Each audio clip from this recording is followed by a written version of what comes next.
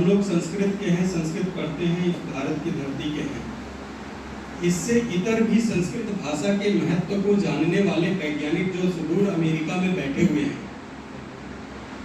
वह संस्कृत के महत्व को मेडिसिन साइंस में वह साबित करते हैं प्रत्येक दिन अपने जीवन में। ऐसा एक उदाहरण बताऊंगा। प्रोफेसर सेन पाठक सर हैं, वर्तमान में विश्व के कैंसर रिसर्च इंस्टीट्यूट जो है MD एंडरसन अमेरिका में ह्यूस्टन में, वह उसके सबसे प्रतिष्ठित प्रोफेसर है इस समय।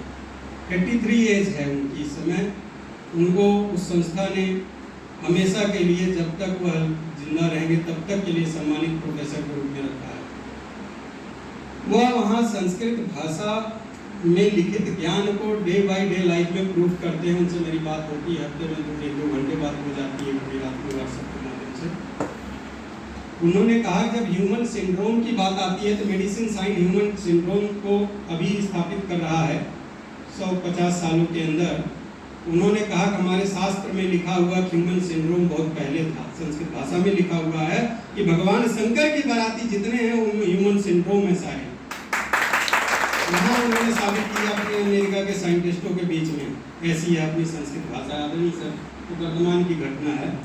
ऐसे ही हमारे अमेरिका के कैलिफोर्निया में प्रोफेसर हैं, प्रोफेसर सत्यनारायण सर।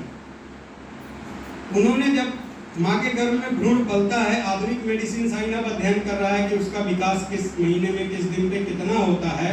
श्री भागवत पुराण के उस अध्याय का नाम उन्होंने मुझसे चर्चा करते हैं, याद नहीं है किस श्लोक में कहाँ है। पूरा 1 डे से लेकर लास्ट डे तक कब विकास हो रहा है, किस रूप में विकास हो रहा है, एक श्लोक में उसका वर्णन श्रीमद् भागवत पुराण में है। उसका उन्होंने मेरे पास लेख भी भेजा है, अभी भी पढ़ा हुआ है, मैं पढ़ नहीं पाया हूँ लिखारों से। तो या तो वर्तमान में अमेरिका जो हमारे साइंटिस्ट हैं उन्होंने संस्कृत पढ़ा भी नहीं है, तो संस्कृत भाषा के महत्व को जानते हैं। इसमें कोई डाउट नहीं है कि हमारी संस्कृत भाषा चिरनवीना है। और यदि किसी को ज्ञान के एकदम मूल रूट तक पहुंचना है तो संस्कृत भाषा के माध्यम से ही होके जाना पड़ेगा, अन्य कोई माध्यम नहीं है। आज के इस कार्यक्रम में परम आदरणीय कुलपति, हमारे अभिभावक, संरक्षक, पालक, जिनकी अध्यक्षता हमें प्राप्त हो रही है, जिनके बिना यह कार्यक्रम असंभव है, ऐसे परम आदरणीय कुलपिता जी का मैं सादर चरण स्पर्श पूर्वक धन्यवाद करता हूँ। मुख्य अतिथि के रूप में, विशिष्ट वक्ता के रूप में प्रोफेसर मनोज कुमार सर का सानिध्य आज हमें प्राप्त हुआ। उनकी ज्ञान वाणी से हम लोग लाभान्वित हुए। ऐसे परम आदरणीय मुख्य अतिथि महोदय का भी मैं करबद्ध होकर इस महाविहार के प्रांगण में धन्यवाद करता हूँ आदरणीय। साथ में परम आदरणीय वास्तव गुरु जी का भी मैं करबद्ध होकर अपनी ओर से महाविहार प्रांगण में, महाविहार की ओर से धन्यवाद ज्ञापित करता हूँ।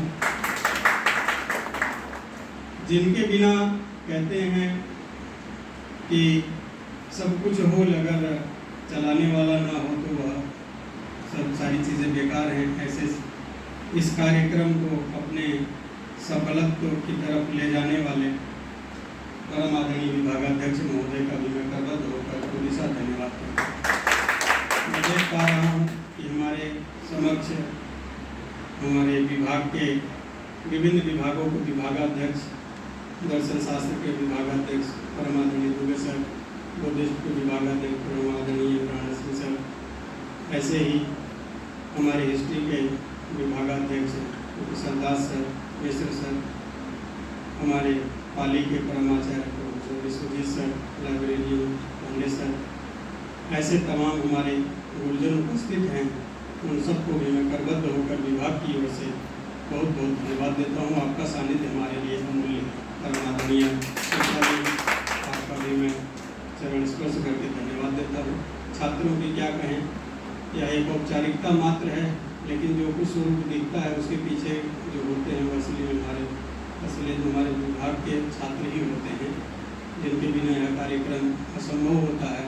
ऐसे शोधक छात्र, स्नातकोत्तर के हमारे छात्र हैं, उनका मगड़ा गांव से आए हुए जो छात्र छात्राएं हैं, जो नहीं भी कहीं पढ़ रहे हैं, वैसे भी अगर कोई आया है, उन सबको भी मैं करबद्ध होकर धन्यवाद देता हूँ। हमारे हमारे लाइब्रेरी से। और मैं देख पा सम्प्रति वयं सर्वे दण्डायमानं भूत्वा वन्दे मातरम् इति गीतं